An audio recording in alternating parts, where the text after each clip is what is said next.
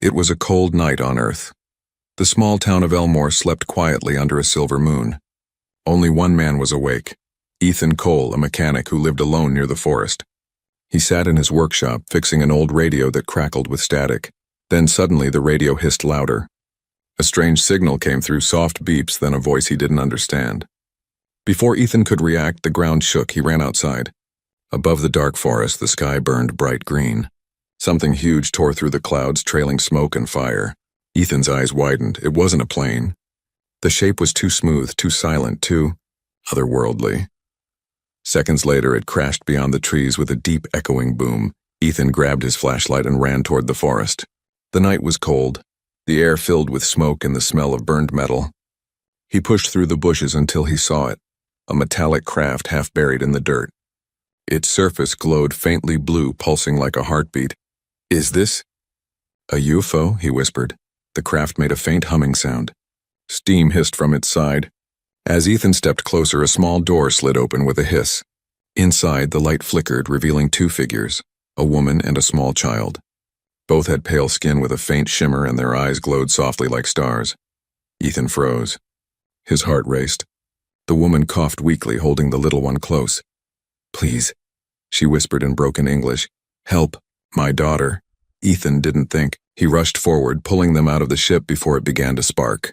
Behind him, the craft gave a low rumble, then exploded, sending waves of heat through the air. He shielded them both and fell to the ground. When the smoke cleared, he looked at the two strangers. The woman was badly injured. The little girl, she looked about 6, was trembling but alive. Her skin was faintly blue under the moonlight, and her hair glowed with silver strands. Ethan didn't know what to say. The woman grabbed his wrist. Her hand was cold, but her touch was gentle. "Promise, protect her," she whispered. Then her eyes slowly closed. She was gone. The little girl screamed. Her voice echoed through the night, full of pain and fear. "Mommy! Mommy!" Ethan's heart ached. He didn't understand who or what she was, but he knew one thing: she was just a child, lost, alone, and scared. He wrapped her in his jacket and carried her back to his truck. As they drove toward his house, she looked out the window, her glowing eyes wide with tears. "What's your name?" he asked softly. The girl hesitated, then whispered, "Luma. Luma," Ethan repeated quietly. "I'm Ethan. You're safe now, okay?" She nodded slightly, though her eyes stayed on the sky. A faint trail of green still glowed where her ship had fallen. The next morning, Ethan woke up early. Luma slept on his couch, wrapped in a blanket far too big for her. When the sunlight touched her face, her skin shimmered faintly like crystal dust. He made breakfast, eggs and toast, but she didn't eat. Instead, she touched the fork gently, confused. "Food?" he asked. She tilted her head, then smiled weakly. "Different. On my world." Her voice was soft like a song. Ethan realized she was trying hard to speak his language. He poured her a glass of water. She looked at it curiously before sipping, her eyes lighting up in surprise. "Good," she said with a small smile. Ethan smiled back, though his mind was spinning. What was he supposed to do? Call the government? The military? He imagined men in suits taking her away, locking her up, studying her. No, he couldn't let that happen. He turned on the TV, hoping for answers. The news showed strange lights seen across the region. Reporters spoke of a meteor strike, no mention of aliens. Ethan sighed with relief, but only for a moment. Outside, he noticed black cars driving slowly down the road. Government agents? Scientists? Hunters? He shut the curtains quickly. That evening, Luma was drawing on paper with crayons he found in an old box. She drew stars, planets, and a small blue ship.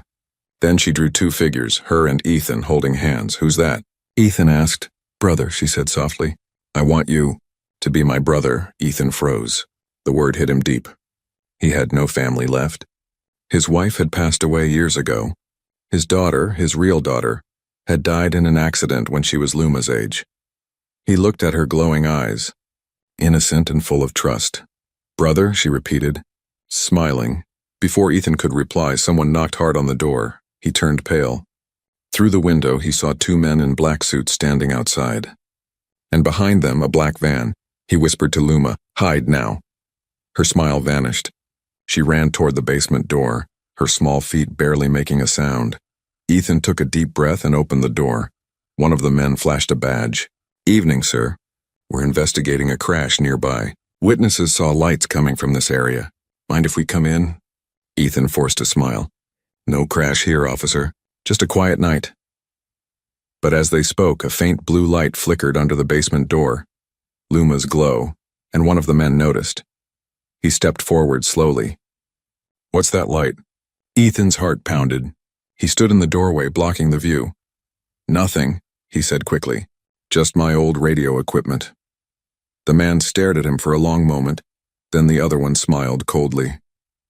"We'll be back tomorrow." They walked away, their boots crunching on the gravel. The van's engine roared as it disappeared down the road. Ethan locked the door and sat down, his hands trembling. In the basement, Luma whispered softly, "Brother." "They find me?" Ethan looked down the stairs and said quietly, "Not if I can help it." The next morning was heavy with silence. The air outside Ethan's house felt different, thicker somehow, as if the world itself was holding its breath. He stood by the window, sipping cold coffee, his mind spinning. The men in black suits hadn't come back yet, but he could still hear their voices in his head. "We'll be back tomorrow." He looked toward the basement door. Luma was still there, asleep on an old mattress he had laid out. She looked peaceful, small hands resting under her glowing cheek. Even in her sleep, faint light shimmered from her skin like moonlight caught in motion. She looked so fragile, yet something about her presence filled the air with warmth. Ethan had seen strange things in his life. Machines catching fire, storms tearing through forests. But nothing like this. A child from another world sleeping in his basement. He didn't know what she was capable of or what dangers followed her, but he knew one thing. He couldn't let anyone take her. He turned on the TV again. The news anchor's face was serious. Authorities continue to search for what they call a meteor fragment. Locals are asked to report any unusual findings or sightings in the forest area east of Elmore.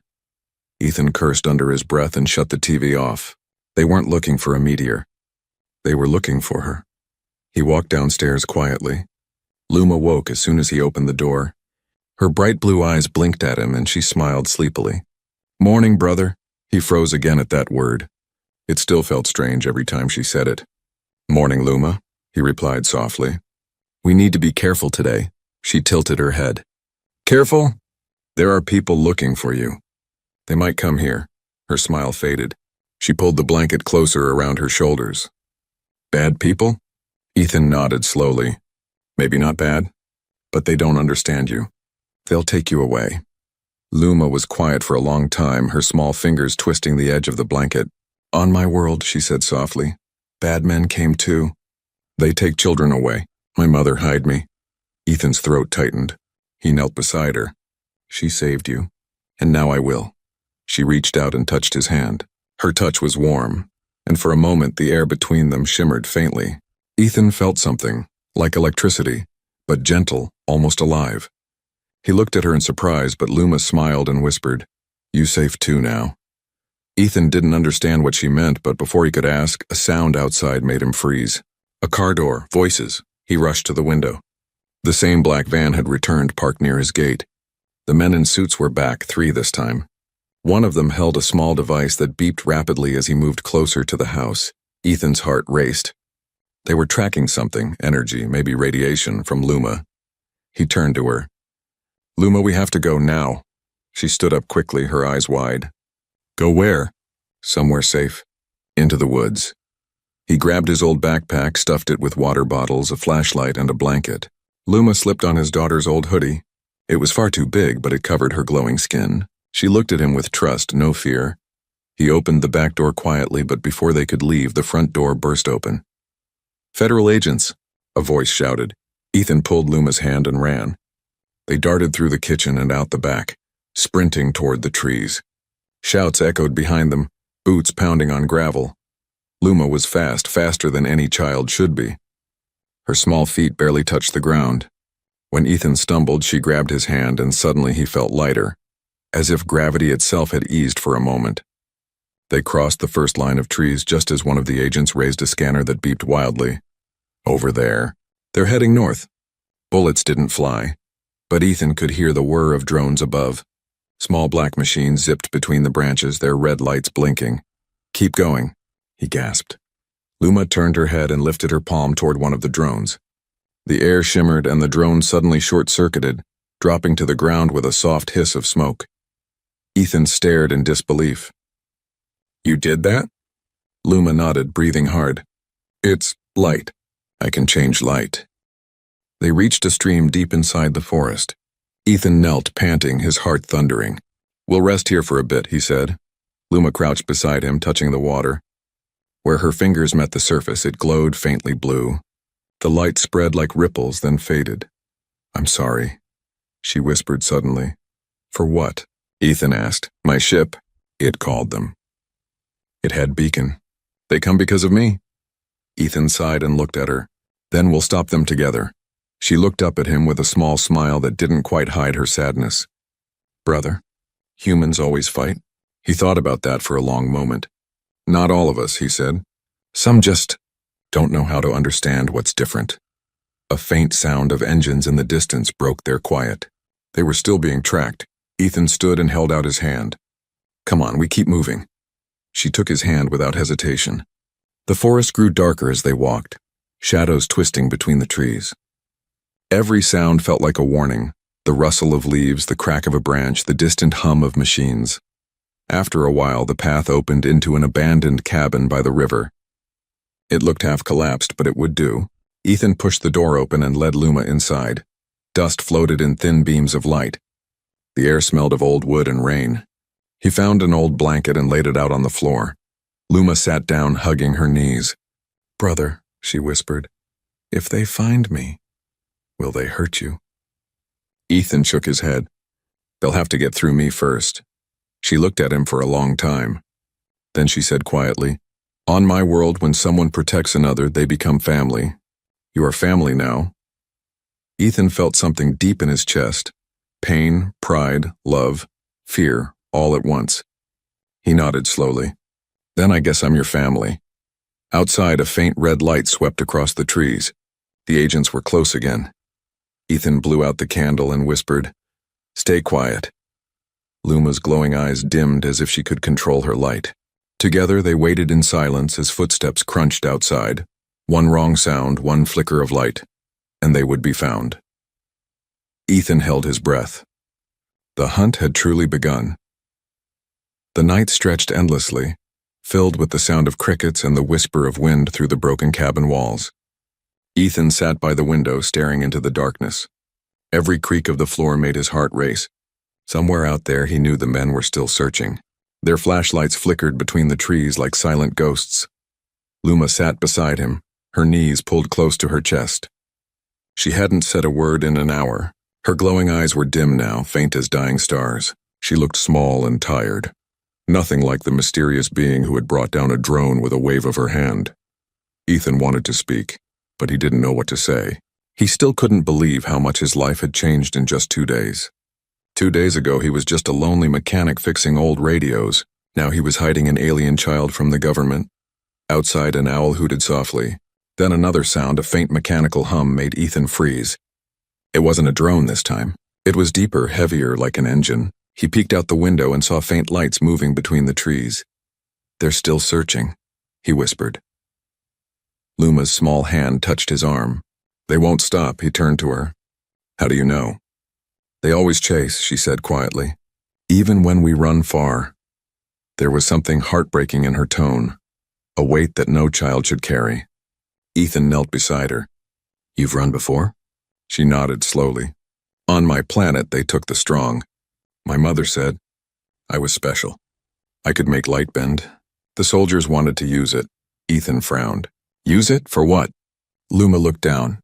For war. He felt a chill crawl up his spine. War. Even across the stars, humans weren't the only ones who fought for power. Maybe that was why she and her mother had fled. Maybe Earth wasn't their target, it was just their last hope. The hum grew louder. Ethan stood and grabbed his flashlight, turning it off before the beam could give them away. We can't stay here, he whispered. Luma looked up, her voice trembling. Where will we go? There's an old mine nearby, he said. Abandoned for years. No one goes there anymore. We'll hide until I figure something out. They slipped out of the cabin quietly, their footsteps muffled by damp soil. The moon had disappeared behind thick clouds, turning the forest into a sea of shadows. Ethan led the way, holding Luma's hand tightly.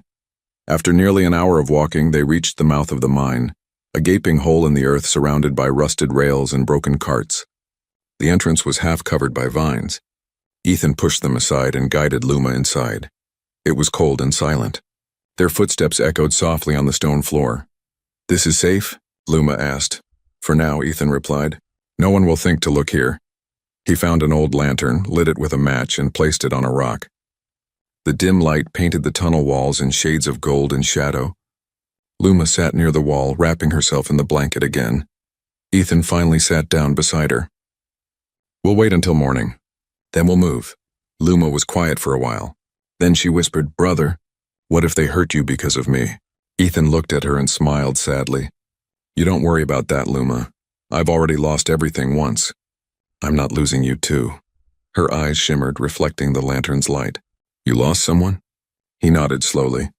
"My daughter. She was about your age. I couldn't save her." Luma moved closer, her small hand resting on his arm. "Then maybe the stars send me to you, so you can save again." Ethan swallowed hard, fighting back the lump in his throat. Maybe they did. A soft rumble interrupted them. The ground trembled slightly, dust falling from the ceiling. Ethan frowned. "That's not thunder." Then came a distant voice through a speaker echoing faintly down the tunnel. "Ethan Cole, this is Agent Kearns. We know you're in there. Step out with the girl and no one gets hurt." Luma's eyes went wide with fear. Ethan turned off the lantern. "Stay behind me," he whispered. Red lights began to flash outside the mine's entrance. Shadows of armed men moved against the stone. Ethan clenched his fists. He wasn't trained for this, he was just a mechanic, but something fierce burned inside him. "He wasn't giving her up, brother," Luma whispered, trembling. "They have big guns." He smiled grimly. "Yeah, I can see that." Then Luma took a deep breath, her small body glowing brighter. "I can help." "Luma, no." Before he could stop her, she stepped forward, raising her hands. The air shimmered like rippling water. Outside, flashlights flickered and men shouted in confusion. Their red beams bent, twisting away as if the light itself refused to obey. Ethan stared in disbelief. The tunnel walls glowed with strange symbols, soft blue lines spreading like veins of light. "What are you doing?" he whispered. Her voice was steady now. "Hiding us, like my mother taught me." The sound outside faded slowly. The red lights vanished. Silence filled the tunnel again. Ethan exhaled, shaking. "They're gone?" Luma nodded weakly. "For now. But it makes me tired." He caught her as she stumbled. Her glow dimmed until her skin looked pale and cold. "Easy," he whispered, holding her close. "You did great," she smiled faintly. "You sound like my mother." Ethan felt his heart twist. Then she must have been brave too. "She was," Luma whispered, her voice fading as she closed her eyes. "Just like you." Ethan sat there in the dark, holding the small alien girl who now felt more like family than anything he had left. Outside, the world was still searching, but deep inside the mine, surrounded by silence and faint blue light, he made a quiet promise. He would protect her, no matter the cost. And somewhere in the shadows, unseen by both of them, a small red light blinked once, then disappeared. Someone or something had just found them. The sound of dripping water echoed faintly through the mine, each drop falling like a slow heartbeat in the silence. Ethan sat against the cold rock wall, watching Luma sleep beside the dying lantern. Her glow was gone now, her skin pale like moonlight. She looked human in the dark, fragile, peaceful, almost ordinary. But Ethan knew she wasn't ordinary. She was the most extraordinary being he had ever met. He rubbed his tired eyes. He hadn't slept in 2 nights. His body ached, his mind burned with fear. Every few minutes he looked toward the tunnel entrance, half expecting to see flashlights again. But the night was quiet. Too quiet. He thought of what Luma had said before she collapsed. "You sound like my mother." Those words kept echoing in his head. Maybe that was why he couldn't let her go. Maybe saving her was his second chance. His way of fixing what he couldn't fix years ago when his own daughter died. The silence was broken by a faint metallic click. Ethan froze. It wasn't dripping water this time. It was closer, mechanical. He turned off the lantern immediately and crouched low. A small red dot blinked in the distance, moving slowly along the tunnel wall. It wasn't a flashlight. It was a drone, smaller than the others, whisper quiet, its camera lens glowing like a single red eye. Ethan's heart jumped. He whispered, "Luma, wake up." She stirred weakly. "Brother?" He pointed to the drone.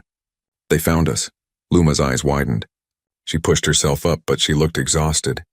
Her light barely flickered. Ethan grabbed a metal rod from the ground. "Stay behind me." The drone hovered closer, scanning the tunnel. Then a voice echoed through its speakers, cold, familiar. "Ethan Cole, you can't run forever. The girl isn't safe with you. Hand her over." Ethan's grip tightened. "She's safer with me than she'll ever be with you." The voice laughed softly. "You think you understand what she is? She's not a child, Cole. She's a weapon." Luma flinched at the word. Her small voice trembled. "No, I'm not." The drone moved closer, the red light glowing brighter. Ethan swung the rod hard, smashing it against the metal body. Sparks burst in the dark. The drone fell, crashing to the ground with a hiss. For a moment, there was silence again. But then, deep from the tunnel, a low rumble began. The ground shook. Luma grabbed Ethan's hand. "They come." He could hear them now. Engines, boots, distant voices. Ethan grabbed the backpack. "Come on. We can't stay here."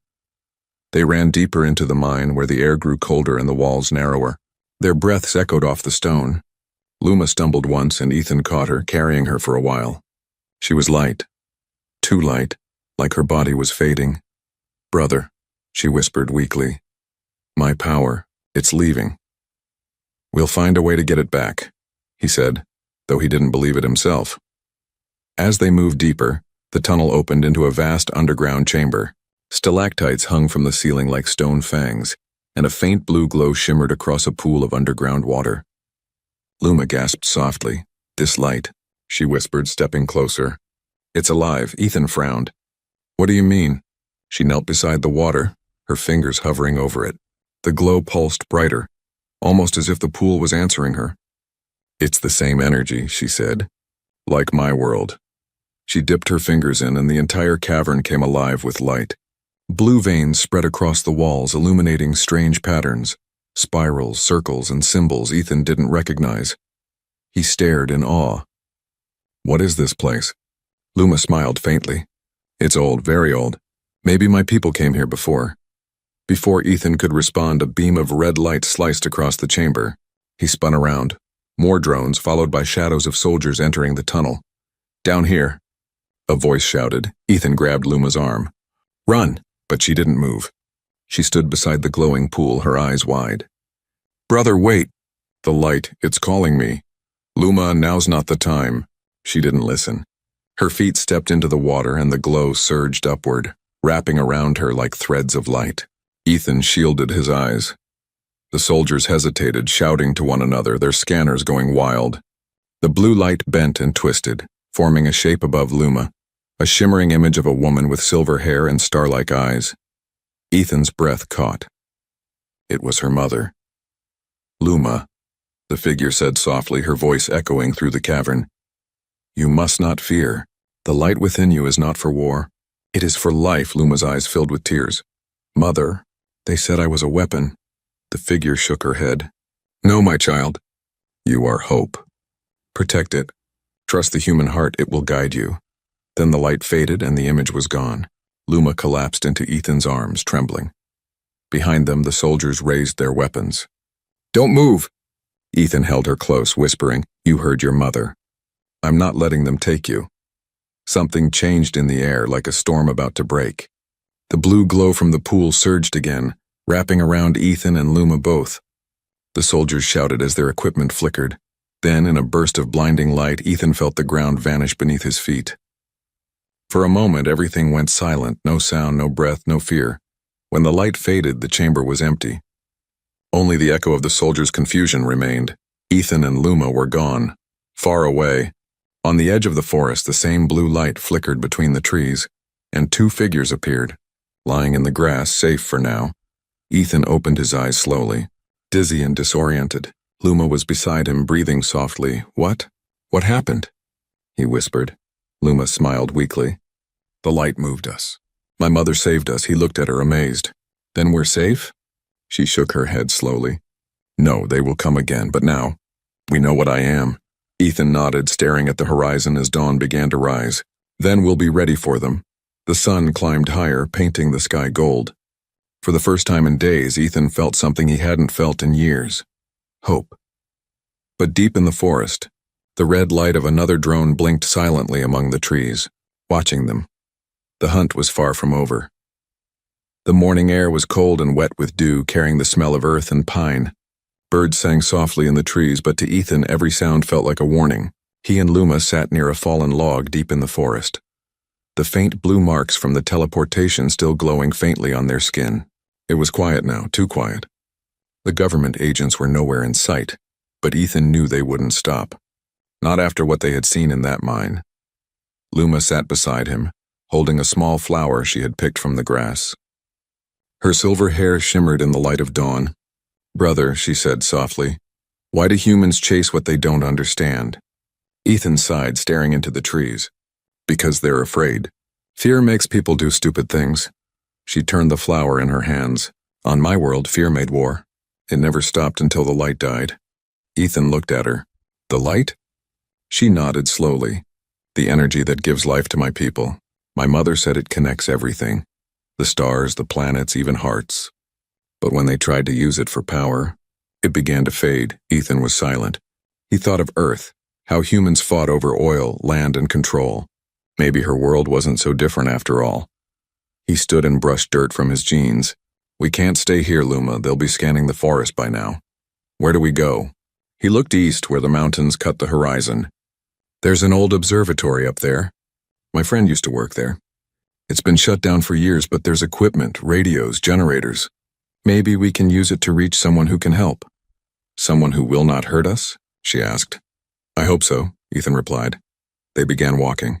The forest was endless, filled with the sound of rustling leaves and the crunch of branches under their feet. Every few minutes, Ethan looked back, scanning for signs of movement. Hours passed. When the sun reached its peak, they stopped near a small river to rest. Luma cupped her hands in the water and drank. The sunlight reflected off her face, making her glow faintly again. Ethan watched her quietly. She wasn't just an alien child. She was something more, something pure. She had a calmness that reminded him of the daughter he'd lost. Yet her presence felt like something from a dream. "Brother," she said suddenly, her voice soft. "You miss her, don't you?" He looked up sharply. "Who?" "The one you lost." "Your child," he froze. "How did you—" Luma's eyes shimmered gently. "When you dream at night, I see it. The sadness in your light." Ethan felt a lump rise in his throat. "Yeah, I miss her. Every day." "She was light too," Luma said quietly. "Your heart remembers." He wanted to say something, but the words didn't come. He turned away, blinking hard, pretending to check the sky. That was when he saw it.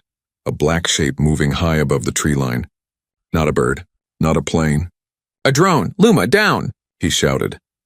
They dropped behind the rocks as the drone passed overhead, scanning with red lasers. It hovered for a moment, then turned north. "They're spreading out," Ethan whispered. "We need to move faster." They pushed on until the trees grew thinner and the ground began to rise. The path turned rocky, the air colder. By evening, they reached the base of the mountain. The observatory sat near the top, an old silver dome, rusted and silent. Vines crawled up its walls and broken glass glittered on the ground. Ethan's heart lifted slightly. Maybe, just maybe, this could work. They climbed carefully, reaching the observatory's door as night began to fall. Ethan forced it open with a groan of metal. Inside, dust floated in the fading light. The old telescope still stood in the center, covered in cobwebs. "Wow," Luma whispered, stepping inside. "It looks like your world watches the stars, too." Ethan smiled faintly.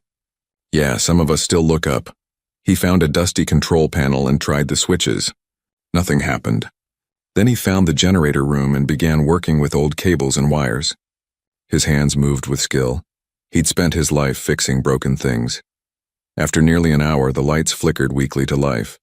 Luma clapped her hands softly. "You made light!" "Barely," Ethan said, smiling. "Now let's see if this radio still works." He powered up the transmitter, adjusting the dials. The machine buzzed and hummed. Static filled the air. "Maybe I can send a message," he murmured. "Something encrypted. Someone out there might hear us." But before he could continue, the radio gave a sharp beep. Ethan frowned. "That's not me." Then a voice crackled through the speaker. "Ethan Cole, you can't hide forever." His blood ran cold. It was the same voice from the drone. Agent Kearns, Luma's hand tightened on his sleeve. "They found us again." Ethan turned off the radio and killed the lights. "We moved to the roof, now." They climbed the metal stairs quietly. Outside, the wind howled around the dome. The forest below was covered in mist, but through the fog, faint red dots moved in formation. Drones, dozens of them. "They're closing in," Ethan said grimly. Luma looked up at the stars. "Brother, if they take me, they'll take your world too. My power can destroy or heal. They will use it for war." Ethan knelt beside her. "Then we won't let them." She looked at him sadly. "You can't fight them all." "Maybe not," he said. "But I can fight long enough to give you a chance."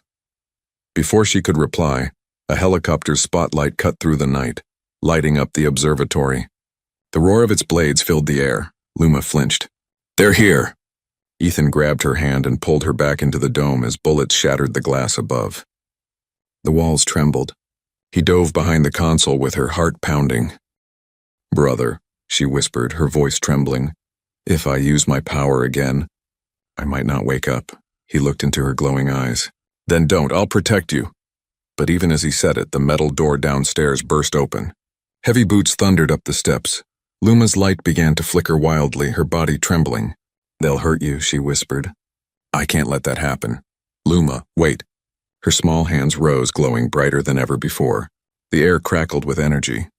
Every bulb in the observatory exploded at once, filling the room with blue light.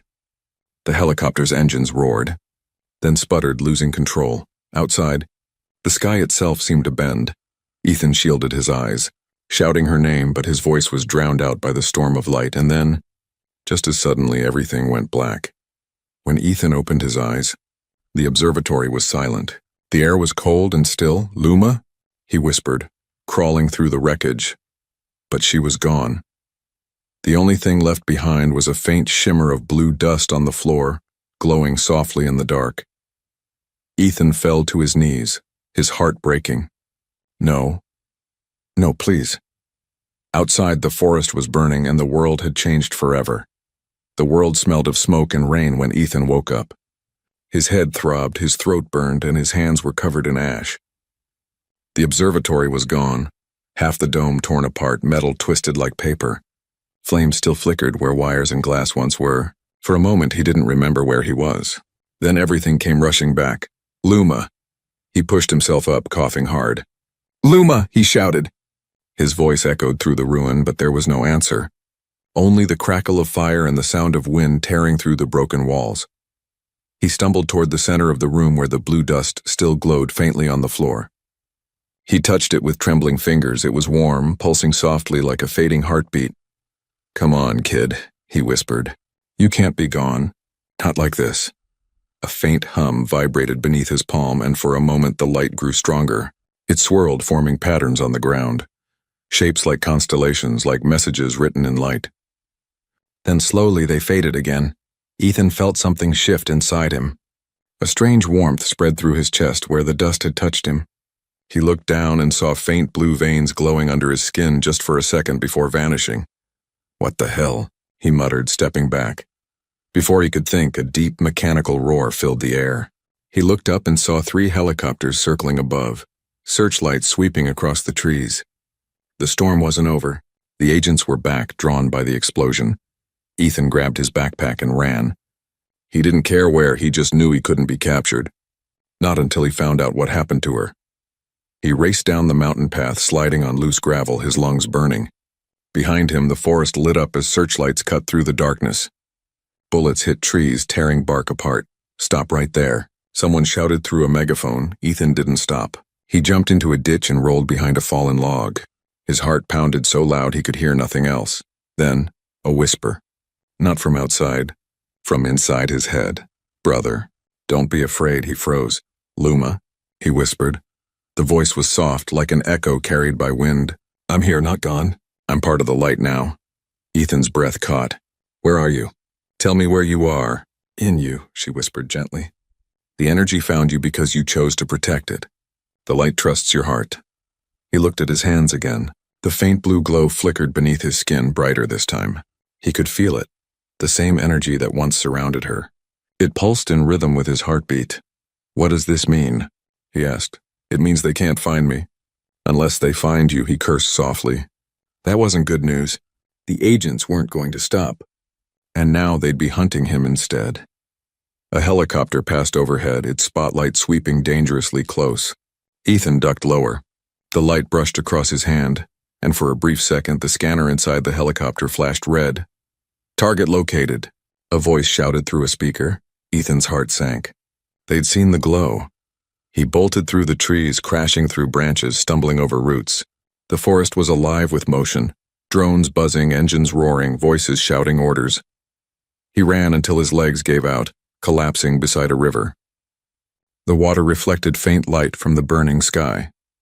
He could barely breathe. "Brother," Luma's voice came again, soft but steady. "You can use the light." "Like I did. I don't even know how," Ethan hissed. "It listens to your heart, not your mind." He looked at his reflection in the river. His eyes flickered blue for an instant. The light responded to him, alive, waiting. He stood up slowly as the sound of engines grew louder. He turned toward the approaching agents. For the first time, he didn't feel fear, only resolve. "Let's see if this really works," he muttered. When the first drone appeared, he raised his hand. Instinct took over. A wave of blue light burst outward, bending the air around him. The drone short-circuited and fell into the water with a hiss. 2 more followed, and he did it again. The light obeyed him, swirling through the air like ribbons of energy. It felt alive, powerful, but also dangerous. Each time he used it, his body trembled as if something inside him was burning away. Luma's voice came again, softer now. "Careful, brother. The light gives, but it also takes." He clenched his fists, panting. "I can't stop now." By the time the agents reached the riverbank, he was gone. Only blue ripples shimmered across the surface where he had vanished. When Ethan opened his eyes again, he was miles away, standing in a field under a sky full of stars. The night was calm, almost peaceful. He fell to his knees, shaking. His whole body glowed faintly before the light faded once more. He looked up at the stars, whispering, "Luma, what's happening to me?" Her voice was faint, fading in and out. "You are becoming what I was meant to be. A bridge. Between your kind and mine, there's a bridge?" he asked. "I'm no hero, Luma. I'm just a man who couldn't save his own kid." "You saved me," she whispered. "And now, through you, I can save others. But they will come again, brother. The light frightens them." Ethan nodded slowly. "Then we'll show them it's not something to fear." He stood and looked toward the horizon. In the distance, city lights flickered, small, fragile, unaware of the war that was coming. He knew he had to reach them before the government twisted the truth, before they turned fear into fire. He didn't notice the faint red glint in the tall grass nearby, a camera lens hidden in the dark, recording everything. Far away in a sterile room filled with screens, Agent Kearns watched the footage. His expression was calm, almost curious. "So," he muttered, zooming in on the glowing man by the river. "The humans carrying her power now, interesting." A scientist beside him turned nervously. "Should we capture him?" Kearns smiled coldly. "No, let's follow him. He'll lead us to the rest." "The rest?" the scientist asked, frowning. Kearns leaned back in his chair. "You think there was only one alien child?" The room fell silent. Back in the field, Ethan looked up at the stars, unaware that dozens of similar lights were falling from the sky. Tiny, burning comets streaking toward Earth. The invasion hadn't ended, it was just beginning. Rain poured hard against the city that night. Neon lights reflected in puddles and thunder rolled across the rooftops. Ethan moved through the narrow streets with his hood up, keeping his face hidden. Every TV screen and every shop window showed the same news. Government warns of alien contamination. Dangerous man still at large. That man was him. He stopped for a moment beneath a flickering streetlight. His reflection in a window startled him. His eyes glowed faintly blue now, even when he tried to hide it. His veins sometimes pulsed with light when his heart raced. Luma's energy was changing him. Slowly, completely. "You must keep moving, brother." Luma's soft voice echoed in his mind. He whispered under his breath, "I know." But how long can I keep running? Until the light finds safety. Until you show them it can heal. Her voice was fainter now, like a memory fading into mist. He feared losing her again. Every time he used the power, she grew quieter. But he couldn't stop. The world was falling into chaos. Above the city, more of those strange meteors had been falling for days. Some crashed into oceans, others into deserts or mountains. Each one carried someone from Luma's world. The government called them threats. Ethan knew better. They were children, refugees, survivors, and he had to reach them before Kearns did. He turned down an alley, scanning the street ahead. His contact was supposed to meet him here, someone who could help get the message out, someone who didn't believe the government's lies then. From the shadows, a voice said quietly, "You're late." Ethan spun around. A woman stepped forward, tall and calm, wearing a long coat. Her eyes, cold but intelligent, studied him carefully. "You must be Dr. Reeves," he said. She nodded. "You're exactly what they said, half ghost, half miracle. I've seen the footage, Cole. You used something unnatural." Ethan looked her straight in the eyes. "It's not unnatural. It's life. And if they keep hunting it, they'll destroy everything." Reeves tilted her head. "You think this power can save us?" He hesitated, then whispered, "I don't think. I know." Before she could respond, a sharp buzzing filled the air. Ethan's body tensed. Drones, dozens of them. Their red lights blinked above the alley like tiny eyes in the dark. Reeves cursed. "They found you." Ethan grabbed her arm. "Run!" They sprinted down the alley as bullets ripped through metal trash bins. Sparks flew. Ethan turned and threw up his hand. Blue light exploded outward, bending the path of the bullets. The drones shuddered and fell, their systems fried. Reeves stared, stunned. You can control it?" "Barely," Ethan gasped. "Come on." They burst out into an open square, rain soaking their clothes. More black vans screeched around the corner, men in armor pouring out with rifles. At the front of the line stood Agent Kearns, calm under an umbrella. He smiled when he saw Ethan. "You've been busy, Mr. Cole." Ethan glared. "Where's Luma?" Kearns raised an eyebrow. "You mean the alien child?" "She's gone, Cole. You're all that's left of her now." Ethan's heart twisted. "You don't know what you're dealing with." "Oh, I do," Kearns said, stepping closer. "The energy inside you could power entire cities or burn them to ash. Imagine what humanity could do with it." "You'd turn it into a weapon," Ethan spat. "That's all you ever do," Kearns sighed. "Progress demands sacrifice." Something inside Ethan snapped. The blue veins under his skin flared, glowing brighter than ever. The air shimmered around him. Kearns raised his hand. "Shoot him." But before the agents could fire, the ground trembled. The rain stopped midair for a heartbeat. A column of light burst from the sky and struck the center of the square. From within it, a familiar voice echoed. "Brother." Ethan's eyes widened. "Luma?" The light faded just enough for him to see her. Luma, alive, standing barefoot in the rain, her eyes glowing like two stars. Kearns stumbled back. "What, how?" Luma's voice was calm but strong. "You cannot cage light. It always finds its way." The agents opened fire. Bullets stopped inches from her, hanging in midair like frozen rain. She raised her small hands, and the metal around them began to melt softly, harmlessly. Ethan ran to her, dropping to his knees. "You're alive? How?" She smiled faintly. "I became the light. It carried me through your heart, brother." He felt tears mix with the rain on his face. "I thought I lost you." "You found me instead," she whispered. Kearns' voice broke through the moment. "Contain them both." But the soldiers hesitated because more lights were falling from the sky. Dozens, hundreds, tiny streaks of blue fire landing gently across the city. And from each one, a small figure stepped out. Children. Alien children like Luma, each glowing softly, eyes wide with wonder. They weren't soldiers. They weren't monsters. They were lost and afraid. The soldiers lowered their guns. No one had expected this. Kearns stared in disbelief. "There are hundreds of them." Luma turned to him. "Thousands. And not here to fight." She looked at the soldiers. "You must choose. Fear or faith." Ethan stood beside her, glowing now with the same light. He looked at the humans surrounding them, confused, trembling, afraid, and said, "She's not your enemy. None of them are.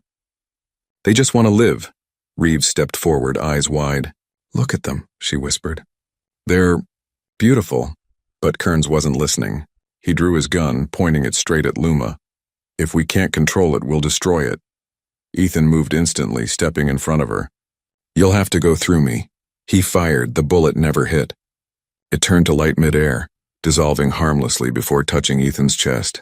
The energy around him exploded outward, flooding the entire square with blue brilliance. Every light, every screen, every drone short-circuited at once.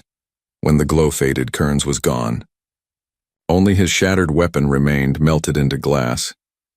Ethan stood in the middle of the storm's silence, breathing hard. Luma looked up at him, eyes filled with peace. It's over, he nodded slowly. For now. Rain began to fall again, soft this time, cleansing. The alien children looked up at the sky, their lights flickering with warmth. Some of the soldiers dropped their weapons. Others simply knelt, staring in awe. Reeves whispered, You just changed everything, Ethan. He looked at Luma, smiling through the tears. No, she did. Luma reached for his hand. Together. The sky cracked open again, but this time not in war. A massive beam of blue light rose upward, stretching toward the stars. It wasn't destruction, it was a signal. Across the galaxy, something answered. As the light faded, Ethan stood among both humans and aliens, united by the same glow that pulsed gently in their chests. He looked down at Luma and said softly, Welcome home. Little sister, she smiled, her eyes bright like dawn. Home, she repeated. For both of us. And for the first time, the world wasn't afraid of the light, it embraced it.